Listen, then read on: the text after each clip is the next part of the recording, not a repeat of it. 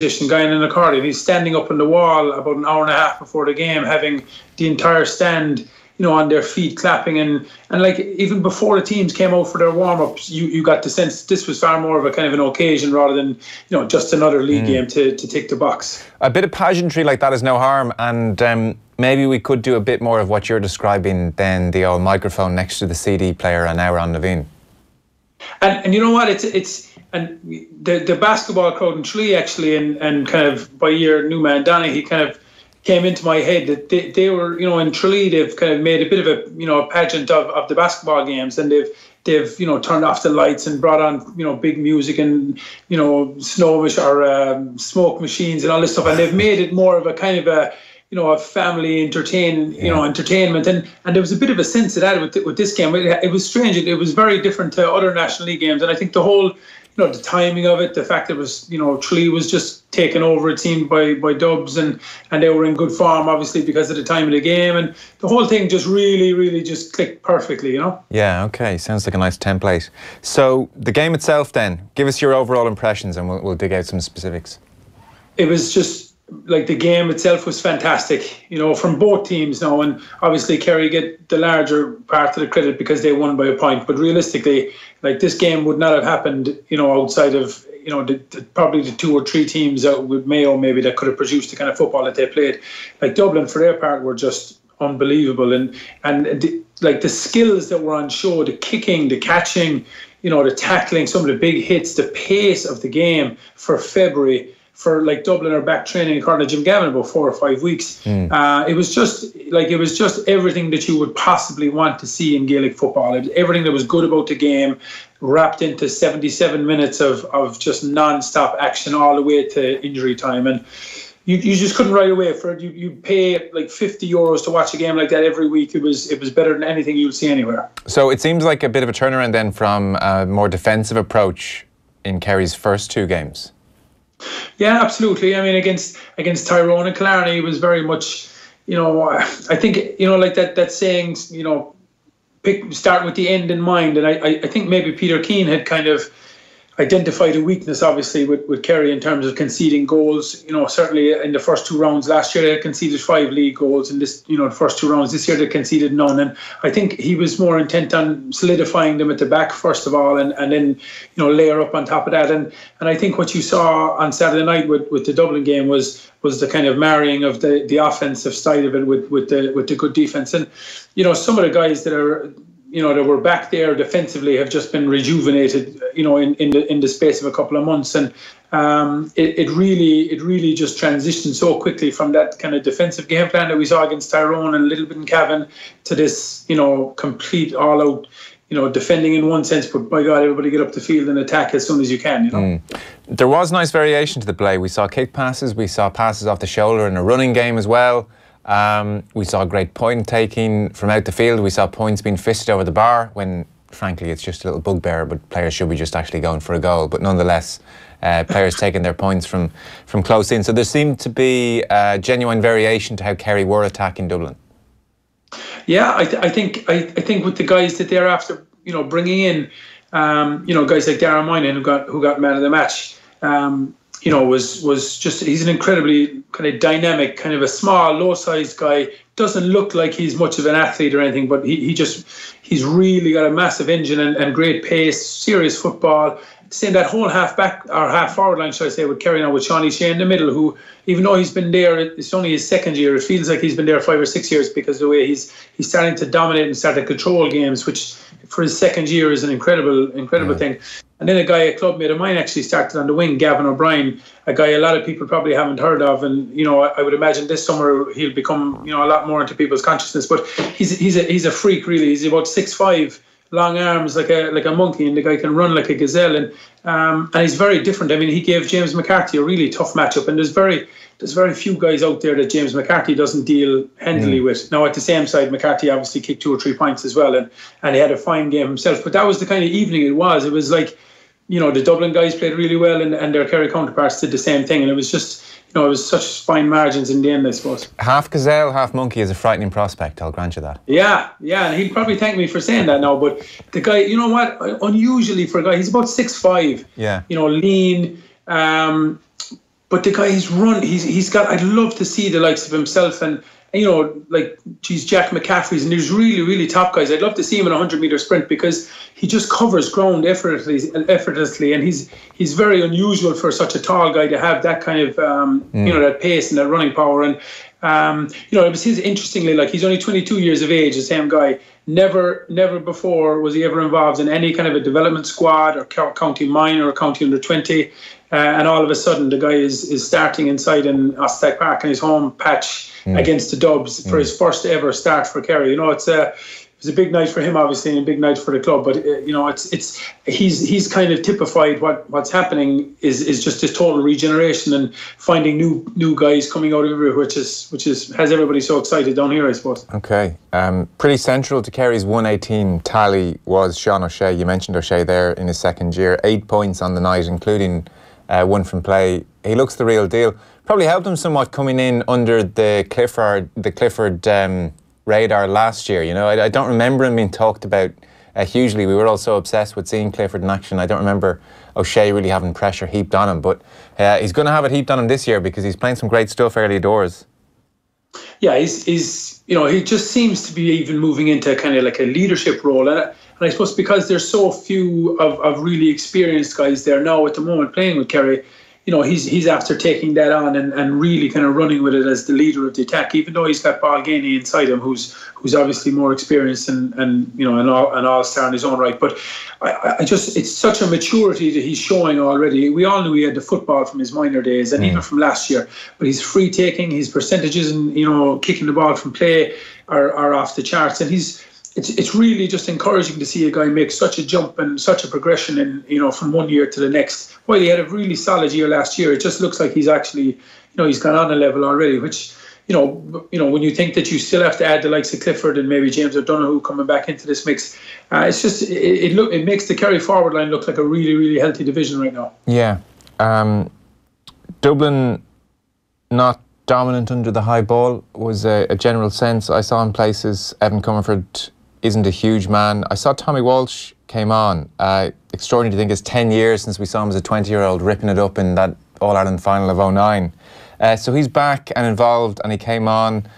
Looks to have lost a little bit of bulk, maybe. Looks fit. You obviously know him, club mates, I think. Yeah, he came on at half-time, and like I said, the game was incredibly fast-paced, and the concern for Tommy, certainly out there in the general public, would be, would his body be able to hold up for the intensity and the pace of the game, and there was no problem. He was out in front of his guy every time, good hands, slipped a nice ball to Sean O'Shea for his point from play, and he looked really sprightly. Yeah, he looked leaner than maybe he's been in the last couple of years, but he doesn't have a huge amount of work done. None of them do, really. They're only kind of tipping away since November in the gym, and now they're obviously on the field with a couple of months. But it's and another guy like Jack Sherwood, a guy who, Jack probably got a hard time. He came on against McMiniman that time, and Fitzmaurice got a lot of stick for bringing him on because McMiniman obviously caused wreck in that final afterwards. But he's a guy who's kind of been in the wilderness for a long time, even though he's been a really good club footballer down here, and he seems to be making a good handle of fullback, and had a fine game on Dean Rock, actually, and there's a couple of those guys that are younger guys coming on the scene who we haven't seen before, and then a couple of these older guys who are kind of a little bit more rejuvenated and seem to be, grabbing a second chance. There is an element here, you suspect, in Peter Keane's case, where he's just feeling this whole adventure out, and he was saying afterwards, we're a new management team. We've just got on this train and it is rolling very, very quickly. If you take the last 3 games, there's just been one training session every week. There's not a lot of extra work you can do. So you got the sense from Keane, he said, I'm just throwing them in, he said, and you find out about lads, and some have done well and some have shown great energy and heart and spirit. There's only so much work he can do. You suspect they're all sort of full of enthusiasm, and there's a youth about this team, and they are almost, I think he's been genuine when he says we're kind of just throwing ourselves out there and seeing what's happening, and it's quite good.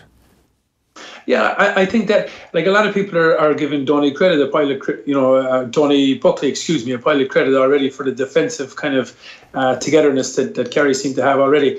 And like, I mean, Donny's only back in the country about 3 weeks, and he's not a miracle worker. He's done very little because they haven't had a whole pile of training. There's so many games going on. Yeah. I think it's just really a sense of, it's a new environment. It's a new challenge. It's everybody's getting a chance. And I just think guys are feeding off that. Like I saw something today that I think there's something like 17 or 18 of the minors, of the successful minor teams from 2014 to 2017. There's 17 of those guys now in and around the team or the panel or some kind of an extended panel. And I think you're starting to see that kind of wave of bodies that were used to winning all the time at minor level coming through now with that confidence and the ability they undoubtedly have. So I think it'll be championship stuff before you can really see Peter Keane and Donny Buckley and these guys put their imprint and their game plan on it. But for what they're doing right now, you might be better off leaving them alone, Yeah, I guess it's just an exciting time, I suppose. There's an element of not quite knowing what the ceiling is here, and let's see what these kids can do and throw them in, and obviously there's more quality to come back. Peter Keane, insofar as I can tell, hasn't done the big sit-down interview anywhere and given away, bits and bobs about his life or his approach. He seems to be happy to stay in so much as you can when you're Kerry manager, away from the limelight. What do you know about Peter Keane? A little bit like that. He seems to kind of keep himself to himself a lot of the time. He likes to throw out a lot of these kind of old Pishog saying, a little bit like Jack O'Connor, and all these South Kerry managers seem to have the same kind of graw for those kind of things. But he doesn't really know, as far as I'm aware, he doesn't seem to crave that you need to, accept that I'm the boss and I'm the gaffer and I'm the guy with all the great ideas. I think he was very open and willing and wanted to get the likes of Donny Buckley and surround himself with really good people and good expertise, as opposed to maybe someone who wanted to take that kind of limelight.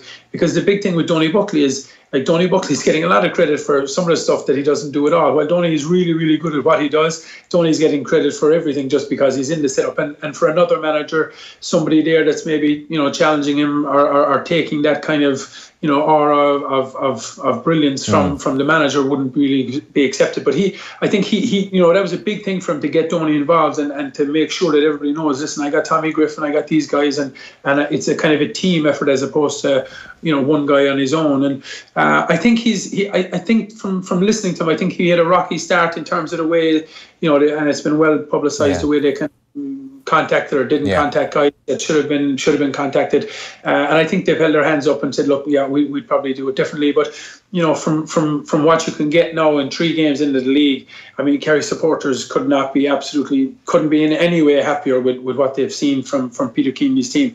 Interesting, when he was walking off the pitch after the game, like the whole stand seemed to just rise and start to applaud him and give him nearly a standing ovation as he was walking off the field. And more so than Peter Keane, I think it was just that, supporters really appreciate the way that they're going about their business and the way they're playing the game. Okay, interesting.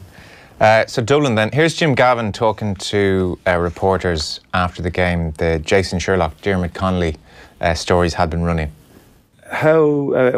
Why journalists are, I suppose, how they report on conjecture, on rumour, that's up to you. That's your profession, not mine. So I can't comment on that. But he wasn't gone from the management team at any stage? Not in the least, no, not in the slightest. So you've no problem with the documentary?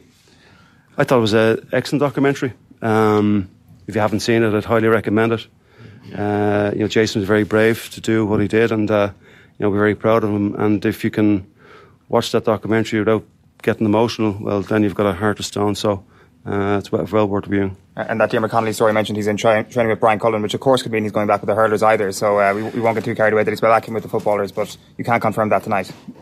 Well, I can confirm that is certainly not the case. That he's not training with Brian Cullen? Absolutely not. Right. Jim, I understand Dermot played a challenge match for instance against Ballyboden this morning.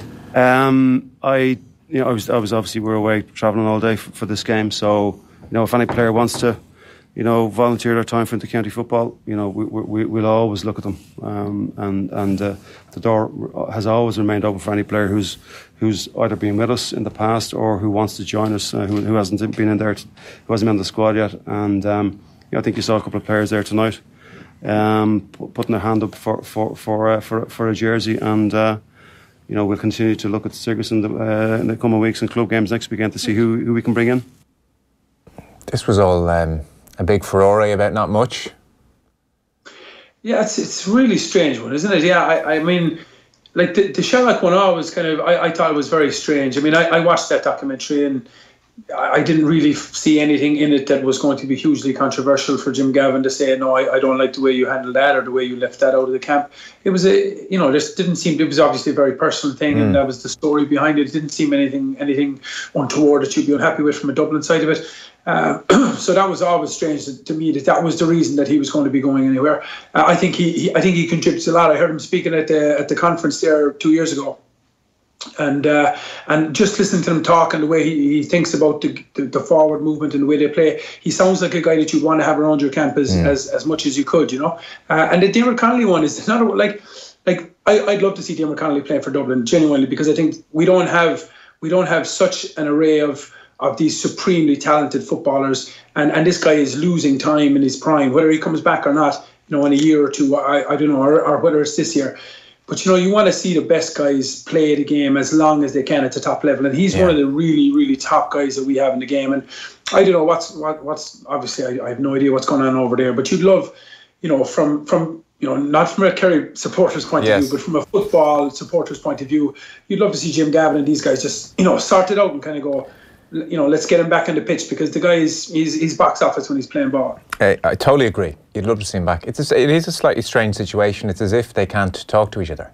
It's like, I mean, this should not be the complicated process it seems to be, unless there has been a falling out and then there's some kind of making up that needs to be done, and it's proving a little bit delicate or a little bit complicated. And again, I genuinely don't know why he's not playing or what's going on, and that's why it's probably quite confusing. I guess maybe the interesting question is, if it continues like this, is there a point in the season, I wonder, where Jim Gavin needs to draw a cut-off line and say, I have my squad now and it's not changing because I have to respect the players who have been training? Or is Connolly such a special case that this door will be kept open in this slightly strange way that it's open now? I think you could probably tell by his tone on Saturday night. He was getting a little bit fed up with the speculation about Connolly and about Sherlock, obviously. But I think he's going to close the door eventually. And for all we know, Joe, it could already be closed. Yeah. This situation could be dead and buried, and he's just playing cat and mouse with the media. But again, it's just like, I think Dublin have plenty. When Dublin get all their bodies back and they get a couple of months of training into the body, and they really get themselves where they need to be for this 5 in a row attempt. I think they have plenty of personnel. Obviously, Connolly would add to that, and he'd be another massive weapon in their armoury. But if he doesn't come back, I still think Dublin have enough capabilities to go and win the game. So I don't see Jim Gavin, calling him out and really ask him to join the panel. If Connolly comes back, it's something you'd imagine is going to happen sooner rather than later. But, even the way he was very quick to confirm the fact that there is no truth to it, that he is training with Brian Cullen, and he was happy enough to confirm that one, where, the Jason thing, he was a little bit more sketchy on and go talk to the journalists. But this one, I'll tell you, this is, it's not true that he's training with Cullen. So it seemed like he was a little more adamant that I want to shoot that one down straight away, Yeah, it's a strange one. So to wrap up, I suppose, you've been fairly clear there that, we can't read too much into the weekend, and you still think Dublin's tilt at a 5 in a row is going to be very hard to stop. It does, the opening weeks of the league do reassure us to some degree that at least Mayo and Kerry are going to put up something of a challenge, that frankly, with Mayo not even in the Super 8s last year and Kerry exiting very quickly in the Super 8s, Dublin didn't really have, if we're blunt about it. So you suspect Dublin will have one, if not two, mammoth games, and we can all, whatever about the ills of the Championship generally, we can all look forward to them late in the summer.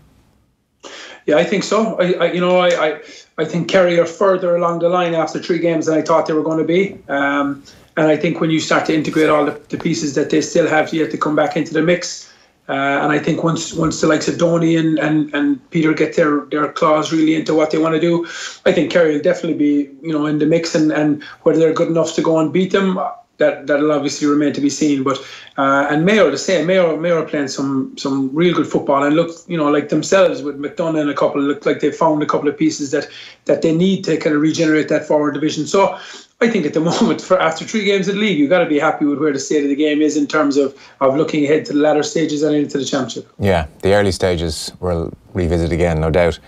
Some texting to finish, Mike. Love seeing GAA matches under lights in winter. You can see the steam rising off the players. It's savage, says Michael in Ballintubber.